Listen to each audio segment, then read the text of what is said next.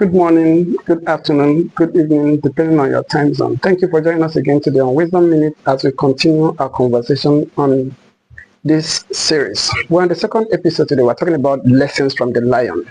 And the lesson we're talking about today is the patience of the lion. I call it the strategic patience. Lion is one animal that takes its time before it strikes its prey. Lion takes its time, lion plans, lion strategizes. Lion is not in a hurry. And that is why it succeeds most of the times. And we can learn that too. If you want to reduce your errors, increase your accuracy, learn to be patient.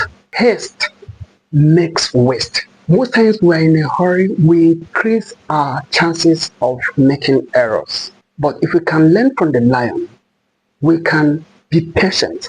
Not just patient in an arbitrary way, but patient in a very strategic way.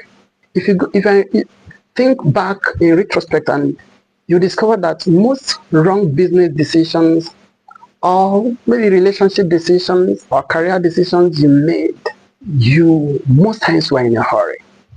Patience is very, very important. But the 34th American president, Dwight Eisenhower, he said not to make important decisions once it is past 4 p.m. He waits. He feels that things can wait. In fact, in business school, we have what we call the Eisenhower matrix, which is a decision-making framework, which itemizes things we want to decide on in 4 different quadrants. We have what we call the urgent and important. Of course, when things are urgent and important, maybe like health emergency, things like that, or even in business, we have some decisions that have to be made immediately. Such decisions, you don't wait till tomorrow. That's why we say this patience we're talking about is a strategic patience, it's not an arbitrary patience. But if you address urgent things before they become important, you have less emergencies. The lion is a patient animal, and we should also learn patience and stop hurrying.